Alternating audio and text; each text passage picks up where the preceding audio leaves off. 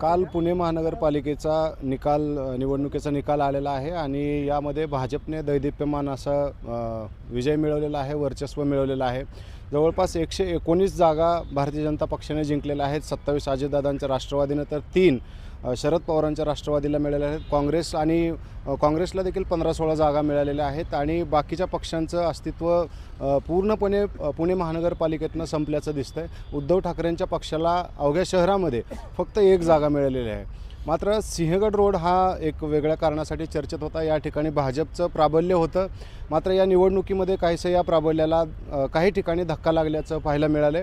आज आपण सिंहगड रोडवरती असणाऱ्या नांदेड सिटीमध्ये आहोत आणि या ठिकाणी आपण वेगवेगळ्या वृत्तपत्रांच्या डिजिटल मीडियाच्या पत्रकारांशी आपण संवाद साधणार आहोत आणि या ठिकाणी नेमकं गणित काय घडलं, कशामुळे उलटफेर झालेले आहेत हे आपण जाणून घेऊयात। सिंहगड रोडवरती मुख्यतः प्रभाग क्रमांक 28, 33, 34 आणि 35 हे प्रभाग येत होते। या ठिकाणी गेल्या निवडणुकीला 2017 साली जी निवडणूक झाली होती त्यावेळेला भाजपचं बहुतांश ठिकाणी वर्चस्व पाहायला मिळालं होतं। मात्र यंदा काही बदल झालेले आहेत, याबाबत आपण चर्चा करूयात। सुरुवात करूयात प्रभाग क्रमांक 28 पासून। प्रभाग क्रमांक 28 मध्ये राष्ट्रवादीचे 2 आणि भाजपचे 2 उमेदवार निवडून आलेले आहेत। असं का झालंय? प्रभाग क्रमांक 28 म्हणजे जनता वसाहत आणि हिंगणे खुर्द असा भाग येतो आणि ह्या भागाचा आपण एकूण जर विचार केला तर याच्यामध्ये वस्ती विभाग आणि सोसायट्यांचा विभाग असे 2 भाग पडतात आणि ह्या भागात 2 उमेदवार राष्ट्रवादीचे, 2 उमेदवार भाजपचे निवडून येण्यात आपल्याला मुख्य कारण असं लक्षात येईल की जो वस्ती विभाग आहे तिथं साहजिकपणे राष्ट्रवादीला मतदान जास्त झालं आणि जो सोसायटी बहुल भाग जो आहे त्या भागामध्ये भाजपला मतदान जास्त झालं। तर आपण त्याची नेमकी जर आकडेवारी जर आपण लक्षात घेतली ना तर जे भाजपचे 2 उमेदवार निवडून आले आहेत त्याच्यामध्ये एक आहे वृषाली रिठे, ज्यांचे पती गेल्या वेळेस आनंद रिठे हे नगरसेवक होते आणि दुसरे उमेदवार आहे ते प्रसन्न घनश्याम जगताप, जे आत्ता त्यांची ही 3री टर्म आहे नगरसेवक पदाची। त्याच्यामुळे हे दोघंही तसे अनुभवी खेळाडू आपण त्यांना असं म्हणूया, हे दोघंही अनुभवी होते। तर वृषाली रिठे ज्या आहे यांची जो विजय झाला आहे, यांचा जो विजय झाला आहे हा आपण मार्जिनल विक्ट्री म्हणतो अशा पद्धतीने झाला आहे, कारण त्या सुमारे 5,000हून अधिक मतांनी निवडून आल्या आहेत। कारण त्यांना जी मिळालेली मतं आहेत ती 16,789 आहेत। तर त्यांच्या विरुद्ध आशा ताकपेरे ज्या राष्ट्रवादी काँग्रेसच्या तिकिटावर उभ्या होत्या त्यांना 11,161 मिळाली। त्या ठिकाणी आपण हेही लक्षात घेतलं पाहिजे की मीरा तुपेरे ज्या शिवसेनेकडनं उभ्या होत्या त्यांनी देखील चांगलं मतदान घेतलं आहे, त्याच्यात त्यांना 4,323 मते मिळालेली आहे। तर ह्या सगळ्या प्रभागात जर आपण एकूण बघितलं तर राष्ट्रवादी काँग्रेसच्या वतीने आशा ताकपेरे होत्या, नंतर अनिता धिमधिमे ज्या काँग्रेसच्या तिकिटावर होत्या। म्हणजे इथं राष्ट्रवादी काँग्रेस आणि काँग्रेस यांच्या मतांची विभागणी झालेली आहे आणि या विभागणीमध्येच वृषाली आनंद रिठे या पुढे गेल्या आहेत। त्याच्यामुळे हा एक कुठंतरी परिणाम देखील मतविभाजनाचा तिथं झालेला आहे। वास्तविक मध्यंतरीच्या काळात आनंद रिठे यांच्यावर काही गंभीर गुन्ह्यांची नोंद केली होती किंवा त्या संदर्भातल्या काही घटना होत्या, पण भाजपचा उमेदवार असल्यामुळे ते तितकंसं लक्षात घेतलं गेलं नाही आणि त्यांचा विजय हा सुकर झाला आणि त्या निवडून आल्या। हा वृषाली आनंद रिठेच्या संदर्भातला आहे। त्यानंतर आपण प्रसन्न जगताप यांचा विचार केला, जे प्रभाग ह्याच 28 मध्येच पण ड गटातून निवडून आले आहेत। यांचा जर विचार केला तर ते साधारणपणे 2200 मतांनी निवडून आले। त्यांच्या विरोधात जे तुकाराम पवार राष्ट्रवादी काँग्रेसचे जे उमेदवार होते त्यांची आणि प्रसन्न जगताप यांची टफ फाईट असं म्हटलं जात होतं, कारण एक मोठा बिग फाईट ह्या भागातली म्हणायला पाहिजे तशी त्यांची होती। पण पुढे चॅलेंज पण होतं ना, कारण त्यांचा प्रभाग चेंज करण्यात आला होता, त्यामुळे त्यांना तशी म्हणावी तशी निवडणूक सोपी नव्हतीच। निवडणूक सोपी नव्हती हे नक्की आहे, परंतु पुन्हा तिथं देखील मतविभाजनाचा फटका बसलेला आहे। जो नितीन हनमघरे आहेत त्यांनी 6,840 मतं घेतलेली आहे। संतोष कदम जे आहेत त्यांनी 2,202 मतं घेतली आहेत। म्हणजे ह्या सगळ्याचा फटका तुकाराम पवार यांना देखील बसलेला आहे आणि त्याच्यामुळे प्रसन्न जगताप यांनाही मतदान चांगलं झालं. कारण मगाशी आपण जसा उल्लेख केला की नवशा मारुती परिसर जो आहे तिथून जो पुढचा सिंहगडकडे येणारा जो भाग आहे म्हणजे राजाराम पुलाकडे किंवा विश्रांतीनगरपर्यंतचा येणारा भाग, इथपर्यंतचा हा सगळा जो भाग आहे ना तो भाजप प्रचूर आहे. म्हणजे या ठिकाणी भाजपचं मतदान हे जास्त आहे आणि ह्या सगळ्या भागानेच प्रसन्न जगतापांना चांगली साथ दिली आणि ते त्याच्यात निवडून आले. कारण आधीच्या मतपेट्यांचा आपण विचार केला तर जनता वसाहत वगैरे या भागातनं तुकाराम पवारांना चांगलं मतदान झालं, पण जसा जसा सोसायट्यांचा भाग सुरू झाला तसं तसं तुकाराम पवारांचं मतदान घटत गेलं आणि प्रसन्न जगतापांना विजय मिळाला. गेल्या वेळेसच तुकाराम पवारांचे बंधू शंकर पवार हे देखील ह्याच भागामुळे भाजपच्या तिकिटावर निवडून आले होते.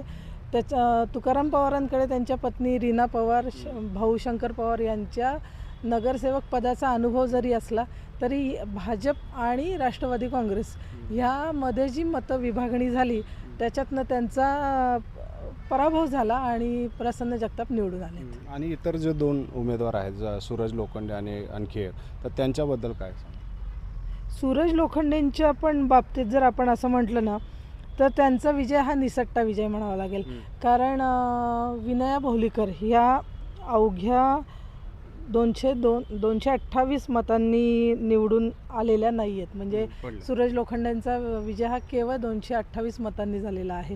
ह्या ठिकाणी पण आपल्याला मतविभागणी दिसते. म्हणजे भाजपचेच एक कार्यकर्ते आहे चंद्रकांत पोटे ज्यांनी सुमारे 1,500हून अधिक मतं घेतली होती. त्यानंतर शिवसेनेच्या वतीने कुडले शीतल आणि शिवसेना उद्धव बाळासाहेब ठाकरे गटाचे स्वराज गोसावी असे सगळेजण उभे होते. ह्या सगळ्यात जे मतविभाजन झालं त्याच्यामध्ये सूरज लोखंडेंची सरशी झाली आणि ते निवडून आले.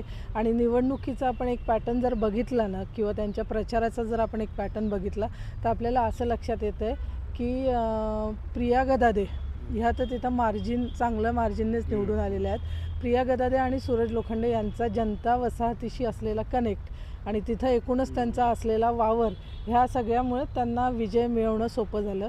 आणि प्रिया गदादे ह्या वन साईड जनता वसाहतीतून चालल्यामुळे त्यांचा विजय हा सोपा तर झालाच आणि त्यांचा विजय पण सोयीचा झाला किंवा सुकर झाला आपल्याला असं म्हणता येईल. प्रिया गदादेंच्या विरोधात जी काही उभी होती ती फारसा आपला प्रभाव दाखवू शकली नाही आहेत. त्याच्यामध्ये जो कोकणवासियांचं जर आपण मतं जर बघितली ना तर ती मतं देखील प्रिया गदादेंना मिळाली. त्याच्यानंतर पुणे शहरामध्ये ज्याचा जास्त चर्चा झाली होती ज्या गोष्टीची ती म्हणजे हेलिकॉप्टर राईड, महिलांना हेलिकॉप्टरमधनं फिरवणं वगैरे. पण खरं सांगायचं तर मतदार सुज्ञ आहेत. मतदारांनी हेलिकॉप्टर राईड अनुभवली, त्याचा आनंद घेतला, सगळं झालं. परंतु मतदान मात्र करताना त्यांनी हेलिकॉप्टर राईडला तशी काही फारशी पसंती दिली नाही. त्यांना जेमतेम 4-4.5 हजार मतं मिळाली आणि इथंही पुन्हाच प्रिया गदादे ह्या निवडून आल्या. आणि प्रिया गदादेंचा सगळ्यात महत्त्वाचा फॅक्टर म्हणजे एक तर त्या नगरसेविका, पूर्वी नगरसेविका होत्या.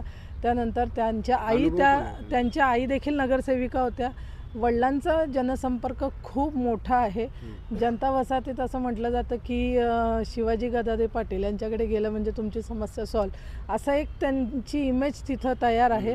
आणि या इमेजचा फायदा अर्थातच त्यांना झाला आणि त्यांचा विजय निश्चित झाला. धन्यवाद. अतिशय अभ्यासपूर्ण विश्लेषण त्यांनी सांगितलं. आता आपण 33 प्रभाग जो आहे त्याच्याबद्दल जाणून घेऊयात. सिंहगड रोडवरचा हा अतिशय महत्त्वाचा प्रभाग आहे. इथं देखील 2-2 अशा पद्धतीनं निवडून आलेले आहेत.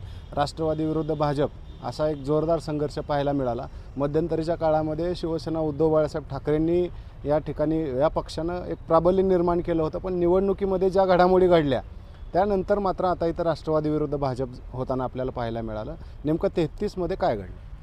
प्रभाग 33मध्ये अर्धी राष्ट्रवादी आणि अर्धी BJP अशी लढत झाली. परंतु ह्याच्यात आता पहिल्यांदा आपण सर्वप्रथम विजयी उमेदवारांचं अभिनंदन करूया. 2 BJPचे आणि 2 राष्ट्रवादीचे म्हणजे तुतारीचे. तसं जर पाहिलं तर अख्ख्या पुणे शहरामध्ये 3 उमेदवार हे तुतारीचे निवडून आले आणि त्यातले 2 हे प्रभाग 33मधले. ही बी गोष्ट नोंद करण्यासारखी आहे. आणि याची जर पार्श्वभूमी बघितली तर हा जो मतदारसंघ आहे तो अगदी मोदी लाटेपासून जरी आपण विचार केला तरी हा राष्ट्रवादीच्या बाजूने उभा राहिलेला मतदारसंघ आहे. टेक्निकल जर आकडेवारी जर तशी पाहिली तर दरम्यानच्या काळात संदीप मते जे आहेत यांनी शिवसेनेची ताकद या ठिकाणी उभी केली होती, परंतु निवडणुकीच्या दरम्यान काही घडामोडी घडल्या, पॅनल तसे होत नव्हते आणि युती आघाडीचे गणितं फसल्यामुळे प्रत्येक उमेदवाराने आपापला पॅनल स्ट्रॉंग कसा होईल याचा विचार करून जुळवाजुळव केली आणि तसे उमेदवार त्या ठिकाणी उभे केले. आता आपण जर असं म्हणू की राष्ट्रवादी आणि BJP अशी लढाई झाली तर अजिबात तशी झालेली नाही. राष्ट्रवादीमध्ये 2 गट जे होते ते प्रभाग क्रमांक 33 मध्ये उघड 2 गट वेगळे होते. म्हणजे ऐन वेळेला अजितदादांनी जे तिकीट त्यांना नाकारली, म्हणजे राहुल पोकळे असतील, सौरभ मते असतील, हे जे स्ट्रॉंग कंटेस्टंट या वार्डमध्ये होते, या दोघांची तिकीट म्हणजे त्यांना अक्षरशः खेळवत ठेवलं. तुम्ही संध्याकाळी या, उद्या सकाळी देतो, सकाळी या, दुपारी देतो, असं करून त्यांना स्पष्ट सांगितलं नाही की तुम्हाला आम्ही तिकीट देणार की नाही देणार. त्याचा परिणाम थेट या निवडणुकीमध्ये दिसला. त्या दोघांची तिकीट नाकारल्यामुळे ती राष्ट्रवादी जी अर्धी राष्ट्रवादी म्हणजे जी एकच होती त्याचे 2 तुकडे झालेले. परंतु आपण जे म्हणतो की ते एकत्र लढले, तर प्रभाग 33मध्ये दोन्ही राष्ट्रवादी अजिबात कुठेही एकत्र दिसल्या नाहीत. घड्याळ अजितदादा गटाचे जे कोणी होते राष्ट्रवादीचे, त्यातला एकही माणूस इकडे प्रचार करण्यासाठी उघड यांच्याबरोबर फिरला नाही किंवा त्यांनी काही सांगितलं नाही की आम्ही सोबत आहोत. म्हणजे त्यांची नाराजी उघड दिसत होती. त्यांनी दुसरे उमेदवार जे होते राहुल पोकळे, हे तर स्वतः अपक्ष उभा राहिले होते. आणि सगळ्यात त्याच्यापेक्षा नोंद घेण्याची गोष्ट म्हणजे 9,001 मत त्यांना पडलेलं आहे. त्या अपक्ष उमेदवाराला 9,001 मत पडलं उघड. त्याच्यामुळे जो राष्ट्रवादीचा उमेदवार आहे इकडचा तुतारीचा संदीप मते यांचा पराभव त्या ठिकाणी झालेला आहे. आणि दुसरी गोष्ट, त्याच्यामध्ये नोटाला सुद्धा लक्षणीय मतं आहेत या वार्डमध्ये. म्हणजे लोकांनी अशा पद्धतीने निवड केलेली की उमेदवार पाहून, म्हणजे क्रॉस वोटिंग करून आणि आपल्याला जो योग्य उमेदवार वाटतोय त्याची निवड याच्यामध्ये केलेली आहे. दुसरी एक धक्कादायक गोष्ट तुम्हाला सांगतो, प्रत्यक्ष मतदानाच्या दिवशी या ठिकाणी दिसली या वार्डमध्ये, बूथपर्यंत लोक येऊन मतदान न करता माघारी गेले. म्हणजे लोकांची मानसिकता आणि जी लोक माघारी जाण्याचं कारण होतं, पैसे पाहिजे होते त्यांना. इतकी धक्कादायक गोष्ट म्हणजे आम्ही डोळ्यांनी अक्षरशः तिथे पाहिली की लोक स्वतः जाऊन चिठ्ठी घ्यायचे, परंतु म्हणायचे आम्हाला पुढे काय, हातात चिठ्ठी, आपलं नाव मिळतंय, बूथ क्रमांक म्हणजे खोली क्रमांक बघतायत, सगळं बघतायत, परंतु पुढे जात नव्हते त्याच्या. म्हणजे जी ती 100 मीटरची रेषा ओढलेली होती, लोक त्याच्या पुढे गेले नाहीत. तर का गेले नाहीत? तर पैसे मिळाले नाहीत. ही सुद्धा नोंद घेण्यासारखी गोष्ट या प्रभाग 33मध्ये बघायला मिळालेली आहे. म्हणजे लोकांना आपला उमेदवार कसा पाहिजे, तो विकास करणारा पाहिजे किंवा काय, याचे काही घेणं देणं त्या दिसलं नाही. फक्त आपल्याला आत्ता काय मिळतंय का तात्कालिक, याचा विचार लोकांनी केलेला दिसला आणि त्याला बघूनच लोकांनी बंदर केलं. आता पहिल्या ज्या उमेदवार आहेत, धनश्री कोल्हे ज्या निवडून आल्या, त्यामध्ये रश्मी गुले ज्या भाजपामध्ये ज्यांनी त्या रुपेश गुलेंनी काम केलेलं होतं आणि त्यांचं बऱ्याच वर्षापासूनचं काम, अक्षरशः तसं पाहिलं तर कट्टर भाजपचे कार्यकर्ते म्हणून त्यांची ओळख ह्या भागामध्ये होती. परंतु पक्षाने त्यांना तिकीट नाकारलं आणि त्यांना तिकीट नाकारल्यावरती त्यांचा चेहरा राष्ट्रवादीवाल्यांनी हेरला आणि त्यांना रातोरात त्यांच्याशी चर्चा करून, त्यांच्याशी बैठक करून त्यांना तुतारीमध्ये आणणं, तो निर्णयसुद्धा यांच्यासाठी अतिशय तसा पाहिला तर चांगला होता, फायद्याचा ठरला की त्यांनाही मतं चांगल्या प्रकारे पडली. आणि त्या गटामध्ये लढत समोरासमोर होती अक्षरशः, की धनश्री कोल्हे आणि रश्मी गुले यांच्यामध्ये लढत जी चालली, 3 आणि 7वी जी फेरी, 3ऱ्या आणि 7व्या फेरीमध्ये फक्त ह्या थोड्याशा पुढे गेल्या रश्मी गुले. नाहीतर इतर वेळी धनश्री कोल्हेंनी त्यांचं जे लीड होतं ते टिकून ठेवलं आणि शेवटपर्यंत त्यांनी त्यांचं लीड पूर्णपणे त्या ठिकाणी टिकून ठेवलं. तर त्याच्यासाठी एक कारण तुम्हाला मी सांगतो, जर यंत्रणेचा आपण बारीक ग्राउंड लेवलला अभ्यास केला तर दत्ता कोल्हे यांची जी यंत्रणा होती ती अतिशय सक्षमपणे मतदारसंघात काम करत होती. स्वतःची यंत्रणा त्यांनी पूर्णपणे उभी केलेली होती. त्यांचे लोक प्रत्यक्ष मतदारांपर्यंत पोहोचत होते, लोकांना कन्व्हिन्स करण्याचा प्रयत्न करत होते. आणि पहिल्या दिवसापासून तर शेवटपर्यंत, शेवटी आपण मूल्यमापन विजयावरून करतो, त्या विजयाचं मूल्यमापन त्यांना त्याचा पूर्ण अंदाज होता. त्यासाठी त्यांनी स्वतःची यंत्रणा उभी केली होती. भाजपचे जरी एकत्रित बाकीचे उमेदवार फिरत असले तरी, म्हणजे दत्तात्रय कोल्हे असतील आणि धनश्री कोल्हे असतील, यांची जी यंत्रणा होती अतिशय नियोजनबद्धपणे प्रत्येक ठिकाणावर जाऊन त्यांनी एरिया वाईज लोक वाटून दिले होते आणि त्यांचं काम अक्षरशः त्यांनी एकत्रित केलं आणि तो विजय त्यांना शेवटच्या दिवशी अनुभवता आला. तसं पाहिलं तर त्या ठिकाणी रश्मी गुलेंची दावेदारी कट्टर मानली जात होती गटामध्ये. BJPचे आणि संघाचे स्वयंसेवक संघाचे कार्यकर्ते सुद्धा सोबत उघडपणे त्यांना तिकीट नाही मिळालं म्हणून नाराज होऊन यांच्यासोबत फिरत होते. म्हणून त्या ठिकाणी त्यांचा विजय निश्चित मानला जात होता. परंतु तसं झालं नाही. जर त्यांचं होम ग्राउंड जे आहे नांदेडमधलं, जे रश्मी गुलेंचं, त्या ठिकाणी त्यांना अपेक्षित मतदान झालेलं नाही. नाहीतर त्या ठिकाणी जर थोडीफार फेरफार झाली असती किंवा त्यांच्या बाजूने लोक राहिले असते, की असं म्हटलं जात होतं की संघाचे लोक त्यांना साथ देतील किंवा BJPचा कट्टर मतदार जो आहे तो त्यांना साथ देईल, परंतु तसं काही झालेलं नाही आहे. तुतारीच्या बाजूने किंवा जे आहेत ते मतदान त्यांना पडलं आणि जसं अपेक्षित होतं त्या ठिकाणी घडलं नाही, म्हणून ते निवडून आल्या. दुसऱ्या ज्या आहेत अनिताताई इंगळे, यांच्याविषयी कोणाच्या मनात साशंकता नव्हती. अक्षरशः BJPचे सुद्धा जे स्ट्रॉंग अगोदरचे होते ते सुद्धा त्यांच्या विरोधात उभं राहण्यास नकार देत होते की आम्ही त्यांच्या विरोधात, आम्हाला तिकीट नको.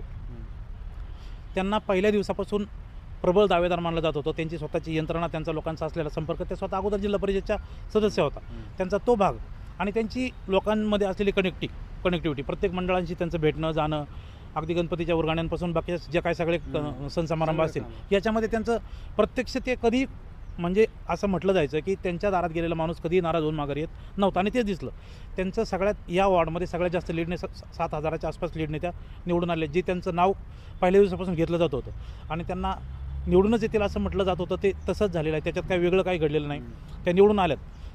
तिसरा निकाल जो धक्कादायक म्हणजे लागला, ज्याच्यामध्ये जी शेवटच्या याच्यापर्यंत चुरस चालू होती ती सुभाष नाणेकर आणि संदीप मते यांच्यामध्ये.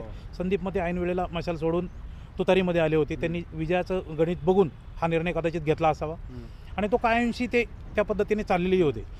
ह्या वॉर्डची चर्चा उज्जैन यात्रेपासून होती की ज्यावेळेस असं बोललं जायचं की निवडणुका पुढे जातील, आता काय निवडणुका लागणार नाहीत, कोर्टातलं वातावरण चालू होतं आणि त्या वातावरणामध्ये सुद्धा संदीप मते यांनी रिस्क घेतली आणि निवडणुका होऊ नाही तर नाही होऊ, मी माझी यात्रा काढणार म्हणजे काढणार. त्याचा फायदा त्यांना झाला.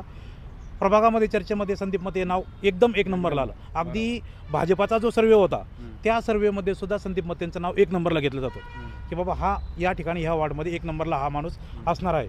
परंतु ऐन वेळेला राष्ट्रवादीमध्ये जी फूट पडली त्याचा फटका संदीप मतेंना उघड बसला आणि केवळ 533 की 530 मतांनी त्यांचा पराभव एकदम निसटता तो पराभव झालेला आहे. आणि त्याच्यामध्ये जे आहेत ते राहुल पोकळे यांना 9,001 मतं, ही पण गोष्ट आपण लक्षात घेण्यासारखी आहे. ही अतिशय महत्त्वाची गोष्ट त्याच्यामध्ये ठरली की अपक्ष उमेदवारांनी एवढी मतं काढली, त्याचा फटका इकडे उघड बसला. आणि ते जर मतं पाहिली तर ते राहुल पोकळे यांची एक विचारधारा आहे, त्यांचा एक गट आहे, प्रत्येक गावामध्ये त्यांचे कार्यकर्ते पसरलेले आहेत आणि ते इतके कट्टर आहेत की एक वेळेस ते नोटाला मत देतील परंतु BJPला मत देणार नाहीत, असा तो मतदार आहे. तो मतदार त्यांचा अलगद बाजूला पडला जो की संदीप मते आणि इकडे गेला असता. त्याच्यामुळे उघड त्यांचा पराभव त्या ठिकाणी राहुल पोकळे यांच्यामुळे सरळ झालेला दिसतोय. शेवटच्या याच्यामध्ये जी लढाई झाली ती पण खूप लक्षणीय किंवा बघण्यासारखी ठरली. किशोर पोकळे आणि काकासाहेब चव्हाण याच्यामध्ये काकासाहेब चव्हाण यांनी बाजी मारली. आता मतदारसंघामध्ये किशोर पोकळे यांनाही स्ट्रॉंग तसं समजलं जात होतं. स्टँडिंग नगरसेवक त्यांच्या मिसेस अगोदर ते होत्या आणि त्याची पकड त्यांनी केलेली कामं ते सांगत होते की मी निवडून येणार आणि ते स्वतः सांगायचे की मी काही झालं तरी 100% निवडून येणार आहे. आता त्यांचे जे बाकीचे सोबतचे आहेत ते त्यांच्या या विचारामुळे थोडेसे नाराज होते का, तर खर्चाचा जो भाग जर आपण बघितला की कोणी नाकारू शकत नाही.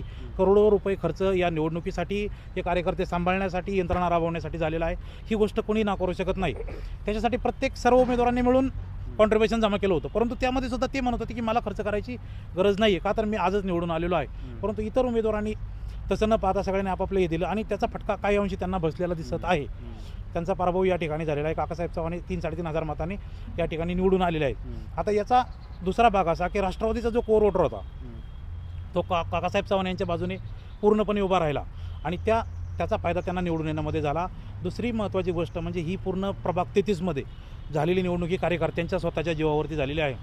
BJPचे वरिष्ठ नेते ह्या मतदारसंघाकडे फिरकले सुद्धा नाहीत आणि राष्ट्रवादीचे सुद्धा वरिष्ठ नेते म्हणजे ज्या सुप्रियाताईंना स्वतःच्या विजयासाठी जो संघर्ष करावा लागला त्या संघर्षामध्ये इकडच्या लोकांनी, कार्यकर्त्यांनी त्यांच्यासाठी अहोरात्र पळापळी केलेली होती. परंतु सुप्रियाताई स्वतः याच्यामध्ये एकदा त्यांच्या हातामध्ये AB फॉर्म दिले आणि तुम्हाला काय करायचं ते करा, अशा पद्धतीने वातावरण अक्षरशः याच्यामध्ये दिसलं, ज्याची चर्चा उघड होती की बाबा आम्हाला युद्धात ढकलून आमचे नेते बाजूला पडलेले आहेत. तरीसुद्धा त्यांनी त्यांच्या जीवावरती ती लढाई दोन्ही यांनी, BJPचंही तसंच झालं. आणि त्याच्यात पुढची गोष्ट तुम्हाला सांगतो, ज्यावेळेस निवडणुका सुरू झाल्या प्रत्यक्ष फॉर्म भरल्यानंतर, त्यानंतर ही सर्वे त्यानंतर जे काढली आणि सुभाष नाणेकरांचा जो आहे ते शीट थोडंसं त्यांना धोक्यात दिसत होतं BJPमध्ये. त्याची जुळवाजुळव करण्यासाठी शेवटच्या निवडणूक जाहीर झाल्यानंतरसुद्धा सौरभ मते जे की राष्ट्रवादीचे होते ते आणि मनसेचे विजय मते या दोघांचे आणि इतर काही कार्यकर्त्यांचे प्रवेश त्यांनी घडवून आणले. आता अनेकांना प्रश्न पडला होता की आता निवडणूक लागलेली असं असताना यांचे प्रवेश का करण्याची गरज आहे, तर ती BJPची अतिशय त्यांनी आणि व्यूहरचनाची त्यांची एकदम सक्सेस ठरली. ऐन वेळेला जी थोडीशी त्यांना सुभाष नाणेकर यांचा विजय 533 मतांनी झाला की 500 समथिंग काही मतांनी झालेला आहे. त्यांची शेवटची जुळवाजुळव केलेली एकदम सक्सेस ठरली, कामाला आली. जर त्यांनी ते तसं केलं नसतं तर आज सुभाष नाणेकरांचा हा विजय आपल्याला दिसला नसता. म्हणजे जे आकडेवारीवरती काम केलं आणि विशेषतः मुरलीधर मोहोळ यांनी, मी त्याचा साक्षीदार आहे की सौरभ मते यांना प्रत्यक्ष स्वतः त्यांनी फोन करून स्वतः त्यांनी त्यांना पक्षात येण्यासाठी रिक्वेस्ट केली. 2 ते 3 वेळा फोन त्यांनी केले आणि त्यांचा प्रवेश त्यांनी घडून आणला. अनेकांना वाटत होतं की याची काय गरज आहे, परंतु त्याची काय गरज होती ते आज आपल्याला या रिझल्टमध्ये तुम्हाला दिसत नाही. तर आकडेवारीमध्ये तो तरीचे 3च्या ऐवजी आज 4 लोक त्या ठिकाणी दिसले असते. परंतु जी त्यांनी जुळवजुळव अंतिम टप्प्यामध्ये केली त्याचा फायदा त्यांना उघड झालेला आहे. अशा ह्या सगळ्या गोष्टीत एकंदरीत प्रभाग 33मध्ये निकाल लागलेला आहे. जरी याच्यामध्ये आपल्याला असं वाटत असलं की लोक पक्षाकडे बघून किंवा काही जे कमळाकडे बघून वरती मतदान होतं किंवा तसं 33मध्ये अजिबात झालेलं नाही. 33मध्ये लोकांनी आपला उमेदवार बघितला, आपला माणूस बघितला, जे कामाला येईल हां, आपला, जवळचा आणि माणूस. त्याच्याही पलीकडे जाऊन जो उमेदवार त्या लोकांपर्यंत पोहोचला त्याच्या बाजूने बाजूने लोक उभा राहिलेले आहेत. इथं पक्षाला बघून किंवा चिन्हाला बघून मतदान अजिबात झालेलं नाही. तसं असेल तुम्ही आकडेवारी बघू शकता. त्याच्याही पुढे जाऊन ह्या प्रभागामध्ये काँग्रेस जिवंत आहे हे पण तुम्हाला बघायला मिळेल. 5,000 मतं आहेत डमध्ये काँग्रेसच्या उमेदवाराला. कोकरे म्हणून ते उमेदवार आहेत. 5,000 मतं घेतलेली आहेत त्यांनी. म्हणजे ही सुद्धा महत्त्वाची गोष्ट आहे की पक्षाला महत्त्व देणारी लोकंसुद्धा याच्यामध्ये आहेत आणि उमेदवाराला महत्त्व देणारी लोकंसुद्धा याच्यामध्ये आहेत. शेवटी जो उमेदवार त्यांच्यापर्यंत पोहोचू शकला आहे तो उमेदवार आज विजयी होऊन आलेला आहे आणि त्यांचं अभिनंदन करणं हे आपलंही काम आहे. प्रभाग क्रमांक 33मध्ये आता यांनी तर खूप महत्त्वाच्या बाबी आहेत. तुमची निरीक्षणं काय? 33 हा मतदारसंघ महानगरपालिकेमध्ये समाविष्ट व्हायल्यानंतरचा हा पहिलीच निवडणूक होती. आणि हा जर मतदारसंघ आपण बघितला तर हा पारंपरिक काँग्रेस आणि राष्ट्रवादीचा मतदारसंघ होता. आणि शरद पवारांना मानणारा बराच मोठा वर्ग ह्या भागात अजूनही आहे. आणि ह्या निवडणुकीचं वैशिष्ट्य म्हणजे याची सगळी व्यूहरचना किंवा शिल्पकार जर म्हणाल तर काका चव्हाण यांनी केली. म्हणजे याची सुरुवात त्यांनी लोकसभेपासून केली होती. 23च्या निवडणुकीत ते सतत सुप्रियाताईंसोबत ह्या मतदारसंघांमध्ये होते. त्यानंतर विधानसभेमध्ये त्यांनी स्वतःला प्रोजेक्ट केलं होतं की आता मी उभं राहणार. आणि नगरपालिकेमध्ये त्यांनी स्वतःच हे केलं आणि पॅनल त्यांनी असं बनवलं, सक्षमपणे बनवलं की अनिता इंगळे त्यांचा होल्ड चांगला आहे. त्या पंचायत समितीमध्ये बरंच ते निवडून आले. त्यांची विकास कामं पण बरीच आहे. आणि काकांचं त्यांची इमेज जी काकांची ते का म्हणजे अभ्यासू माणूस आहे आणि चांगला सोजवळ माणूस आहे, काम करणारा माणूस आहे. तर काकांनी ते तसं केलं. नंतर अनिताताई इंगळे यांचं पॅनल केलं. तिसरी गोष्ट संदीप मते जे आहेत त्यांना आपल्या याच्यामध्ये घेतला. आणि चौथा उमेदवार जो होता रुपेश घुले यांचं बरंचसं चांगलं काम होतं. त्यांना खूप अपेक्षा होती की भाजपकडून मला तिकीट मिळेल. आणि नांदेड हा जो भाग आहे याच्यामध्ये बरेचसं संघाचं फार मोठं काम आहे. भाजप आणि संघाचं फार मोठं 20 ते 22,000 मतं संघाची इथे. तर त्यामुळे त्यांना असं वाटलं की मी आरामसे मला तिकीट मिळालं की मी तो निवडून येईल. परंतु रुपेशला की तिकीट नाकारल्यावर काकासाहेबांनी त्याला आपल्या पॅनलमध्ये घेतलं. आणि पुढचं जे ते सगळा इतिहास तो घडलेला आहे तिथं. आणि जे पारंपरिक मतदार होते राष्ट्रवादी काँग्रेसचे जे जुने संदर्भ आठवून ते परत याच्यामध्ये आले. तुम्ही जर बघितलं तर संदीप मते पाटलांचा विजय फक्त 539 यांनी तो पराभव झालेला आहे. त्या पडले ते. आणि रश्मी गुले हे 4,000 4,500 मतांनीच पडलेले आहेत. म्हणजे निसट ते पराभव ह्यांना बघावे लागलेत. त्यामुळे एकंदरीत जर बघितलं तर राष्ट्रवादीचा ह्या मतदार प्रभाव आहे असं दिसून येतं. आपण जर बघितलं पैशाचा खूप वापर झाला मोठ्या प्रमाणावरती असं सांगितलं जातं आहे. पैशांचा खरंच इम्पॅक्ट एवढा पडला आहे का? पैशांचा हा जो भाग आहे नांदेड भाग त्याच्यात फार कमी झाला. दुसरा अजून एक याच्यात मध्ये भाग असं म्हणजे सांगता येईल आपल्याला की नातेगोते जे आहेत ते बरेचसे भागात सगळे एकमेकांचे नातेवाईक आहे. हा जो 4 गावामध्ये जे आहेत ना सगळे दांगट पोकळे सगळे यांचे एकमेकांचे नातेवाईक आहे. त्यामुळे नातेसंबंधामुळे बरेचसे ते मतदान घडून आलं. पैशाचा मला वाटत नाही एवढा घडला असेल, पण थोड्याफार प्रमाणात घडला असेल, पण तेवढा नसेल घडला. तो आपण प्रभाग 34बद्दल जाणून घेऊयात. प्रभाग 34मध्ये नेमकं काय घडलं? कारण अशी चर्चा होती की 2 राष्ट्रवादी 2 भाजप असं चालणार आहे. मात्र तसं काही झालं नाही. भाजपने वन वे विजय मिळवला. हे कसं शक्य झालं? प्रभाग क्रमांक 34 म्हणजे नेरे, वडगाव, बुद्रुक आणि दायरी हा प्रभाग. यामध्ये वडगाव हा पूर्वीच्याच पालिकेतला भाग आहे पार्ट आणि दायरीचाही पार्ट भाग आहे. तर हा तिन्ही मिळून एक प्रभाग झालेला. यामध्ये नरे हे समाविष्ट गाव आहे. संपूर्ण या ठिकाणी नऱ्यावर अवलंबून होता विजय तो. आणि यातील उमेदवार जे असतील आपण पाहिलं जे विजयी झालेत ते हरिदाजी चरवड असतील किंवा जयश्री भुमकरी असतील किंवा त्या कोमलताई असतील, आपण कोमलताई नवले असतील किंवा राजाबाईला विवडे असतील. हे पूर्वीचे BJPचे सगळे मतदार. आणि हे प्रत्येक जर आपण त्यांचा विचार जर केला पाहिलं तर हे पूर्वीचे नगरसेवक असल्यामुळं त्यांच्या माध्यमातून जी परिसरात कामं झाली जे महापालिकेच्या वतीने विविध योजना असतील, प्रोजेक्ट असतील, प्रकल्प असतील तर त्यांचा फायदा निश्चितपणे त्या नगरसेवकांना झालेला आहे. कारण हरिदास चरवड जी आपण पाहिलं की आता ते एक सुशिक्षित म्हणून एक वेल एज्युकेटेड म्हणून BE सिव्हिल आहे असं मतदारांचा कल या ठिकाणी. त्यामुळे त्यांची गुणवत्ता या ठिकाणी आपल्याला पाहायला मिळाली की त्यांनी जरी एक इंजिनियर असलो किंवा वेल एज्युकेटेड असलो तरीसुद्धा एक कार्यकर्ता ना त्यांची पहिली ओळख म्हणजे आंदोलन करणारा कार्यकर्ता पहिल्यापासून त्यांनी जर काँग्रेसच्या विचारसरणीचे पूर्वीचे, परंतु ज्यावेळेस भाजपमध्ये आल्यानंतर एक लोकांसाठी लोकांच्या प्रश्नांसाठी सतत रस्त्यावर उतरणारा कार्यकर्ता म्हणून हरिदासजी चरवडे यांची ओळख होती. दुसरे उमेदवार जर आपण पाहिलं तर जयश्री भुमकरताई, तर त्या ग्रामपंचायत काळापासून पूर्वीपासून ग्रामपंचायत सदस्य असतील, त्या ग्रामपंचायतीच्या सरपंच झाल्या आणि विशेष म्हणजे ग्रामपंचायत काळामध्ये सत्यवान भुमकर आणि जयश्री भुमकर या बिनवर एकमेव निवडून आलेले आहे पुणे जिल्ह्यात. असा त्यांना म्हणजे त्यांचा राजकीय वारसा असा आहे.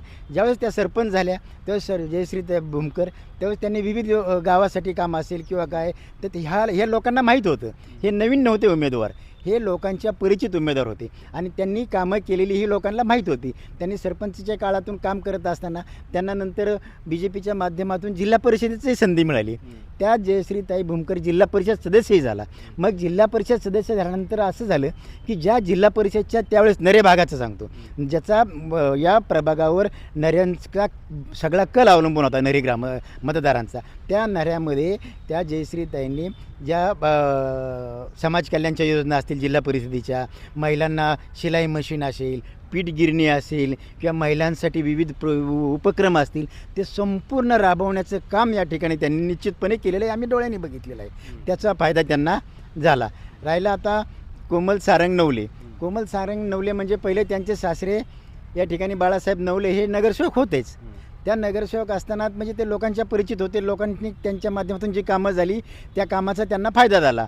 त्यानंतर राजश्रीताई नवले त्यांच्या कुटुंबातीलच त्यांना नगरसेवक पदाची संधी मिळाली.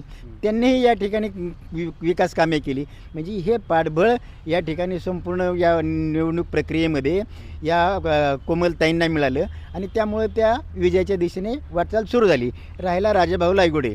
राजाभाऊ लायगुडेमध्ये जरी ते पूर्वीचे मनसेमध्ये असले तरी मनसेच्या माध्यमातून आणि नंतर BJPमध्ये प्रवेश केल्यानंतर त्यांनी जे दायरी भागातील प्रश्न असतील, प्रभागातले प्रश्न असेल, सातत्याने मांडण्याचा प्रयत्न केला. रस्ते असेल, ड्रेनेज असेल, जी विकास कामं असतील ते राजाभाऊंनी या ठिकाणी केलेली. सुरुवातीच्या काळामध्ये आता ही ज्यावेळेस निवडणूक प्रक्रिया सुरू झाली त्यावेळेस पहिल्यांदा एकच नाव यायचं की राजाभाऊ निवडून येणार प्रत्येकाच्या ठिकाणी.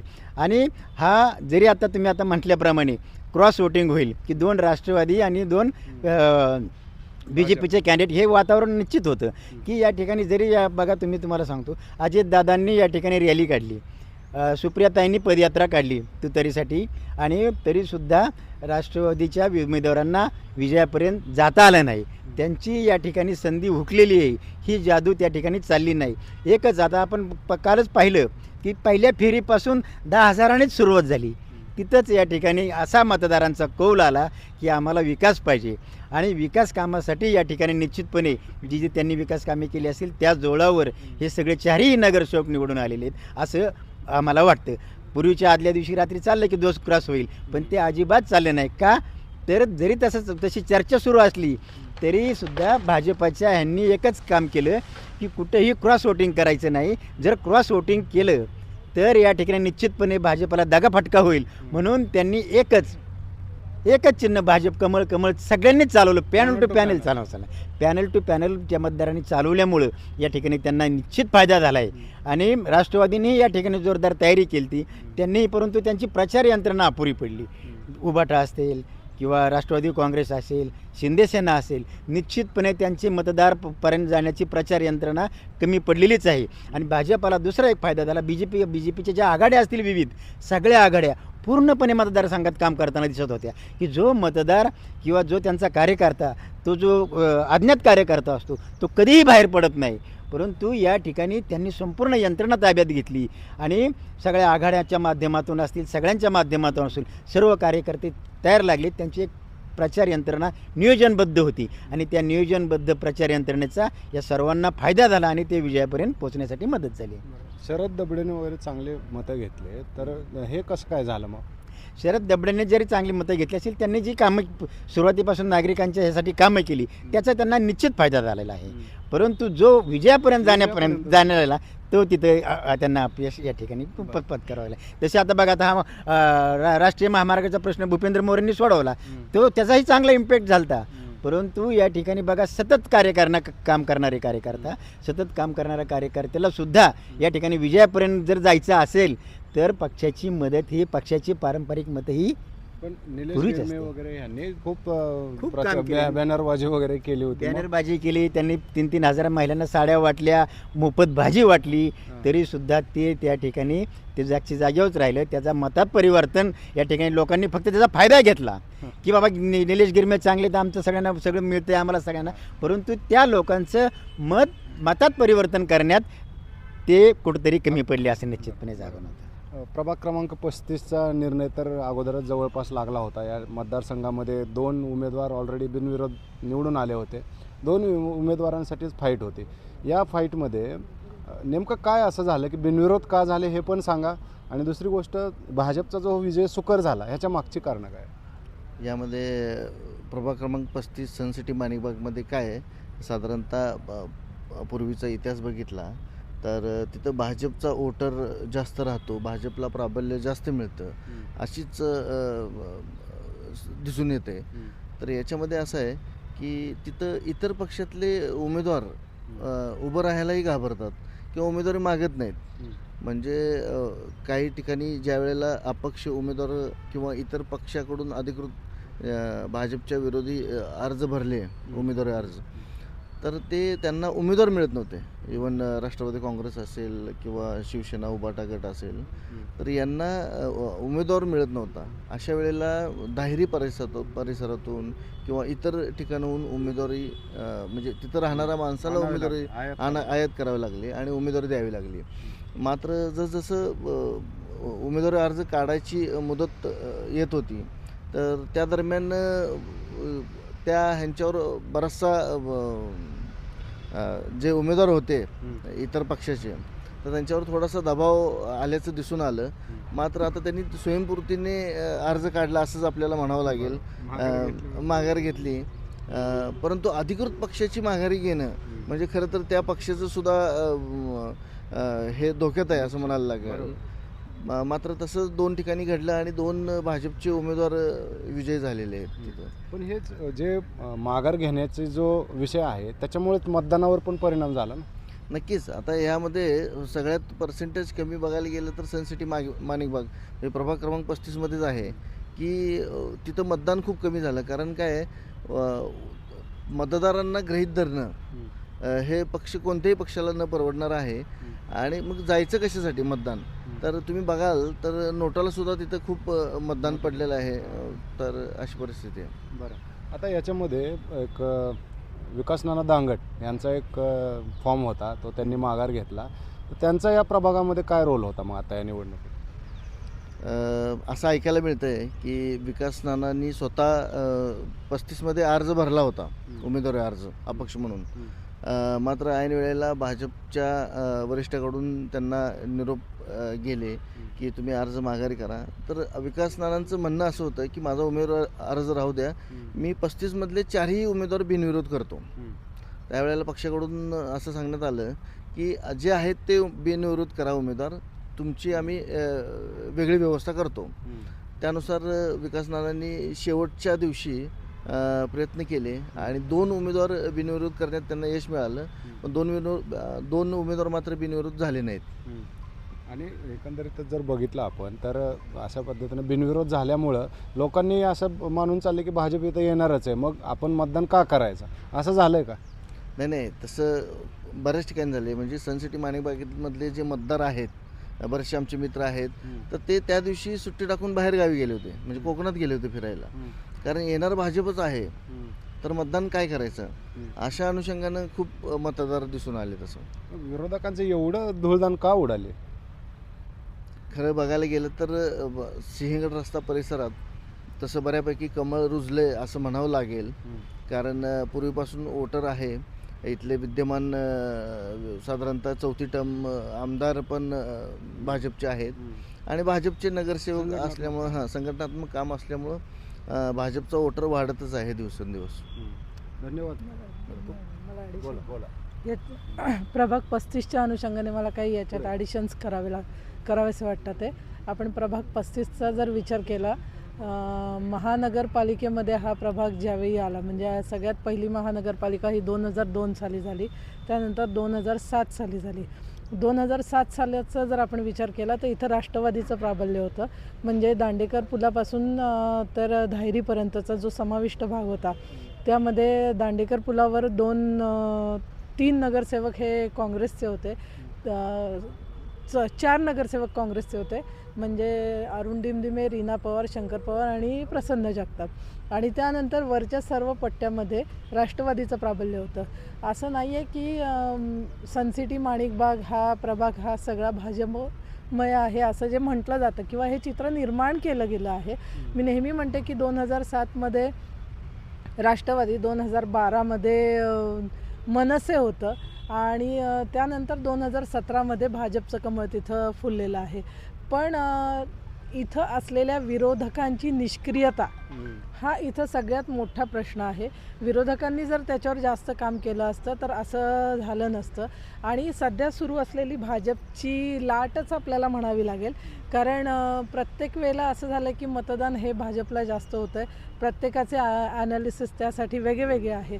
पण प्रभाग 35चा जर विचार केला तर गेल्या वेळेस इथं जवळजवळ 60% मतदान झालं होतं.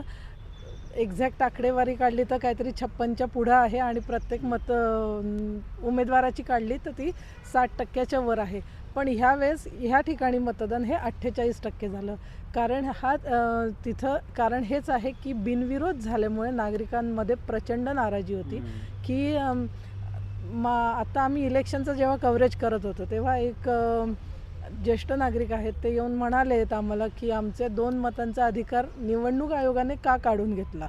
आम्हाला मतदान करायचं होतं, आम्ही मतदान अमुक अमुक पक्षाला करणारच होतो असं म्हटल्यावर पण आमचा अधिकार का काढून घेतला, ह्यासाठी त्यांच्यामध्ये नाराजी आपल्याला दिसून आली.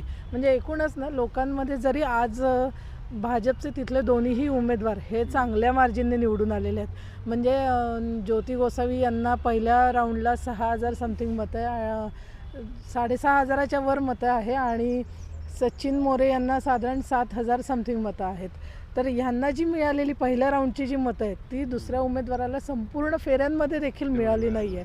म्हणजे यांचं मार्जिन हे खूपच मोठं होतं, ते पहिल्यापासूनच होतं आणि लोकांना माहिती होतं ते निवडून येणार आहे. फक्त प्रश्न लीडचा होता.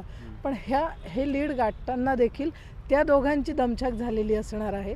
कारण पुन्हा मुद्दा तोच येतो की इथं असलेली नाराजी ह्या सगळ्या याला भोवली आहे आणि त्याचा परिणाम तसं म्हटलं तर संपूर्ण पुण्याच्या एकूणच याच्यावर झालेला आहे.